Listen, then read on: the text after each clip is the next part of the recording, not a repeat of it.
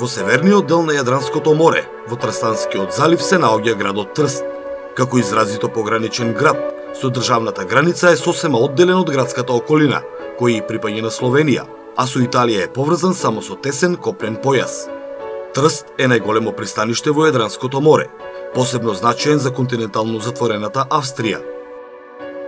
Во овој дел на Јадронот постои голема конкуренција со останатите два пристанишни градови, Копер во Словенија и Риека во Хрватска. Поради близината со градот Копер, постојат планови за меѓусебно здружување во создавање на единствено северно јадранско пристаниште. Покрај за поморскиот сообраќај, поради неговата погранична положба, е и значаен трговски центар. Во текот на ладната војна тој функционира како излог на капитализмот, а западните сили го форсираа стопанскиот развој на градот. И по падот на железната завеса го задржува приматот на главна дестинација за шопинг на бројни жители на поранешна Југославија, кои навики останаа вкорените кај населението во Словенија и Хрватска, се до влегувањето на странските компании во овие две земји. Некогаш најброен крајбрежен град, во него денес живеат околу 210.000 жители, исто како и на почетокот на минатиот век. Трст се претвора во град на старци, со над 27% пензионери и помалку од 14% жители помлади од 18 години. Независно од неговата демографска структура, топлото медитеранско сонце и градската архитектура се уште не го остава рамнодушен намерникот кој еднаш го посетува и повторно посакува да се врати. Постојат многу знаменитости, палати и цркви, од кои најинтересна е онаа на врвот од градот, која е излиена со бетон за заштита од влезот на црвениот ѓавол, персонификација за комунизмот. До самиот морски брег е централниот плоштад на обединета Италија, изграден во текот на Хабсбуршката монархија. Овде е зградата на градското собрание, а во централниот дел е фонтаната на 4 континенти.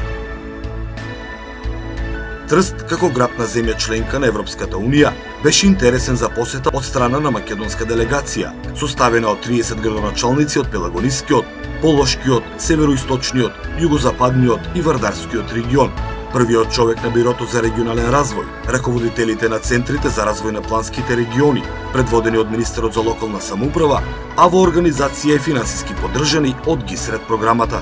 Најнапред беше остварена работна средба со председателот на провинцијата Трст, на која пред гостите од Македонија беа презентирани реализираните проекти од прекограничната соработка со Словенија, за која цел се инвестирани над 320 милиони евра од двете страни. Акцентот беше ставен и на италијанскиот пристап за кластерско здружување на компании за енергетска ефикасност и маркетинг. Од македонска страна беше потенцирано дека во нашата земја веќе се имплементираат проекти од енергетската ефикасност, а стекнатото искуство ќе биде од огромно значење за аплицирање за средства од европските фондови. Исто така прекограничната соработка е актуелна и во Република Македонија, со отварањето на ИПА програмата со Албанија, Грција, а однеодамна и со Косово. Средбата беше од исклучително значење за градоначалниците од двојазичните средини, за начинот на администрирање и функционирање на локалните самоуправи.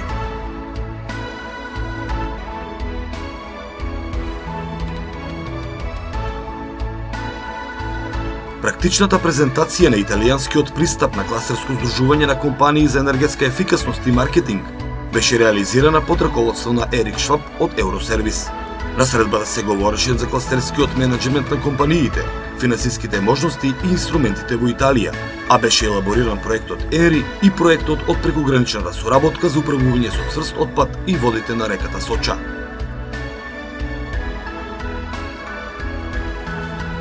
Делегацијата го посети и природно заштитеното подрачје Сан Дерлинго де ла Вале, во општина Долина, каде од градоначалникот Фулвија Премолин се запознаа со системот на подготовка и финансирање на проекти на локално и регионално ниво. Интересно е да се каже дека Трст со неговата околина е двојазична и во главно етнички бинационална средина. Во многу општини првите луѓе се словенци, а нивните заменици италијани или обратно. Исто така, сите обележја се на двата јазика, кои имаат статус на официјални.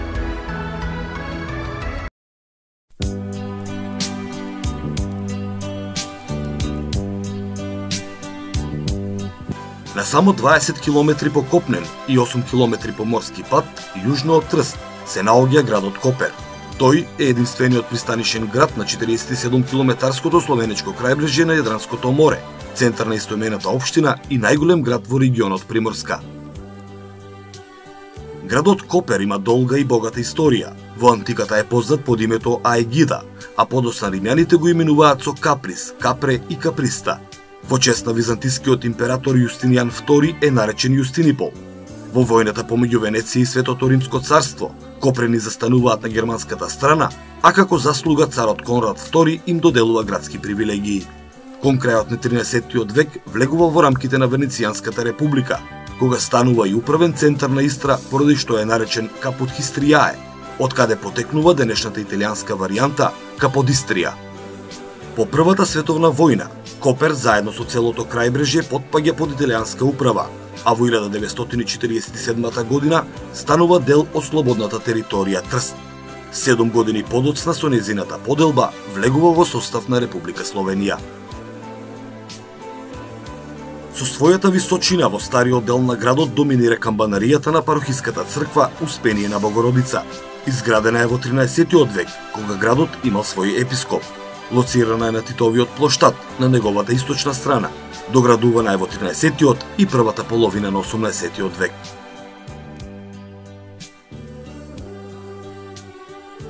До неа е преторијанската палата. Тоа е еден од главните архитектонски зданија во градот. Ремек дело е на венецијанските мајстори. Актуелниот изглед го добива во 15 век, кога на фасадата се поставени полукружни прозорци. Украсена е со врежени камења, статуи и грбови. Наспроти е палатата ложа, украсена со прекрасни венецијански и готски лакови. Во стариот град се влегува преку градската порта Муда, изградена во 1516 година од преторот Себастијано Контарини и е единствена зачувана од 12 влезови. Внатре градските ѕидини е прешерновиот плоштад, на чиј краен дел се наоѓа фонтаната де Понте од 1666 година, наречена во чест на нејзиниот патрон Лоренцо де Понте.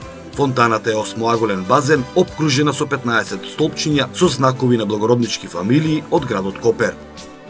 Во непосредна близина на марината е Карпациевиот плоштад, што го носи презимето на познатиот сликар Винценто. Овде е и неговата семејна куќа, изградена во 14 век.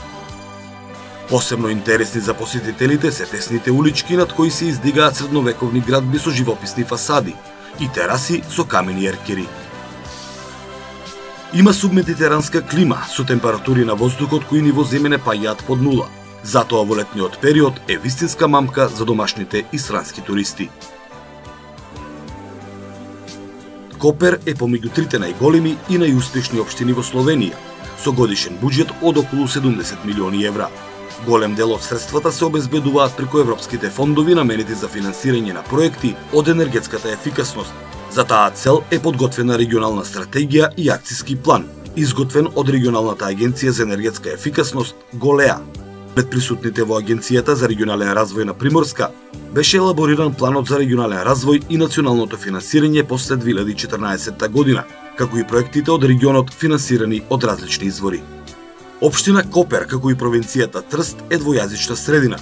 Покрај словенечкиот, втор службен јазик е италијанскиот, а записниците од седниците на Советот, како и сите одлуки и административни работи, мора да бидат архивирани на двата јазика. Тоа и не представува некаков проблем, зашто секој жител ги говори словенечкиот и италијанскиот, како што ни беше презентирано при посетата на малата населба Хрватини, каде како и во останатите, така и во ова основно училиште, италијанскиот се изучува како задолжителен наставен предмет од прво одделение. Овде е реализиран и проект за енергетска ефикасност. Поточно, наместо на нафта, училиштето се загрева на газ, со што се штеди на енергија, а се зачува и животната средина.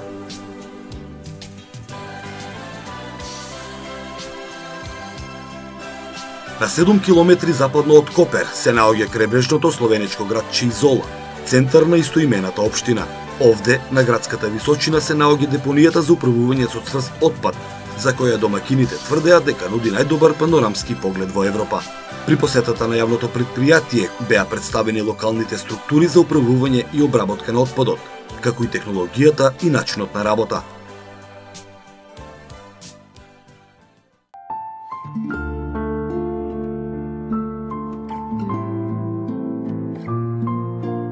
Во југозападниот дел на полуостровот Истра се наоѓа еден од најубавите медитерански градови на хрватското крајбрежје – Пула.